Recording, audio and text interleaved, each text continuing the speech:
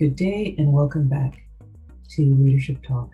This is Sandra, and we hope that you are enjoying our series here on the Sandaraella Leadership Training channel here on YouTube. So today we are looking at the next installment of the evolution of change. We're actually at our midpoint part. We'll be introducing items regarding teams and how teams are affected by change.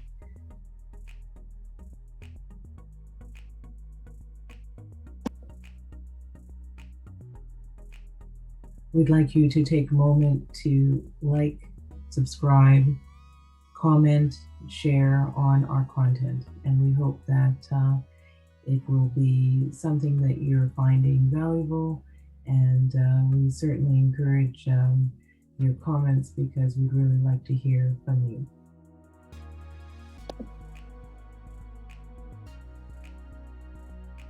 What has been your biggest obstacle with introducing change to your teams? How did you remove this barrier? Can you reflect on what was expected from you at the time you were going through change within your organization? What was expected of you from your senior management or perhaps your stakeholders?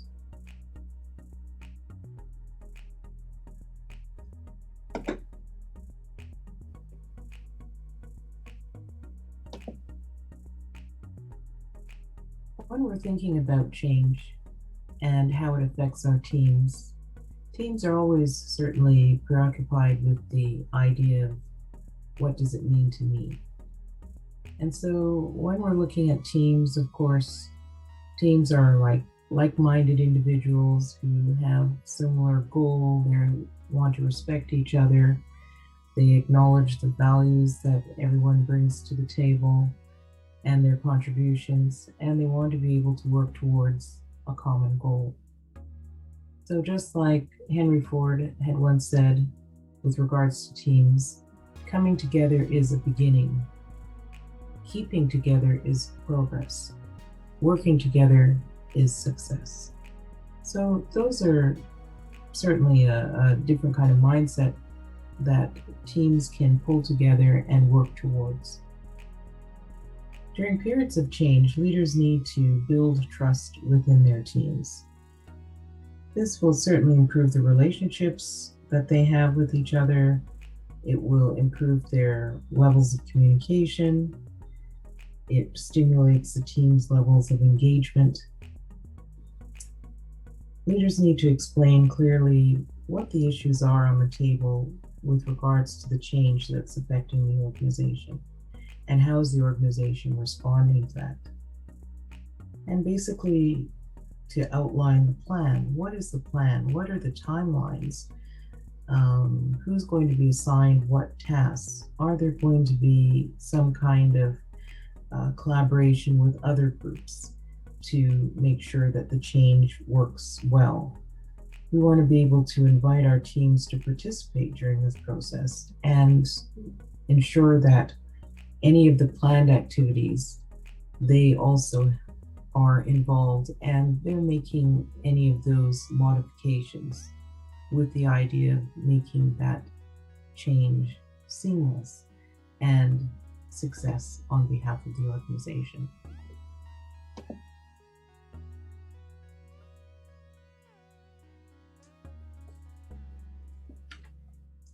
Change is inevitable. We will certainly experience constant change that is part of our life cycle. And change is occurring in our businesses, certainly when it's planned and unplanned. Building trust is important. We need to maintain the trust. We need to ensure that our teams are understanding what is happening during this period of change. Like we introduced in part 1 of our 5-part series, author William Bridges, who wrote Managing Transitions, explained it well. And he said that change is situational, like a new work site, or developing a new policy. Whereas the transition side of change, it focuses on how we come to terms with a new situation. Here, change is viewed as external, whereas the transition is an internal process.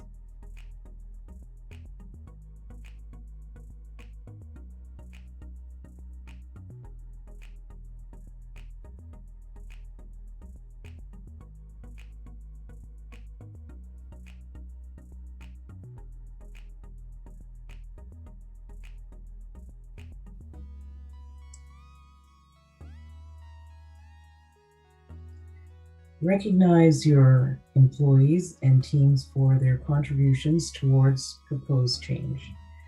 Leaders should remain visible during the process of change because they need to be accessible. They need to know that they are connected with their employees, their teams, their stakeholders, and that any questions, they are available to try and ease and strengthen that process.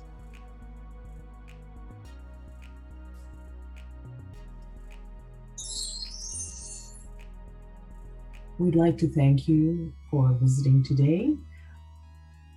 We'd like to certainly hear from you. Certainly, you can access our sites here to look at other pieces of our work. And we look forward to hearing from you again. Thank you.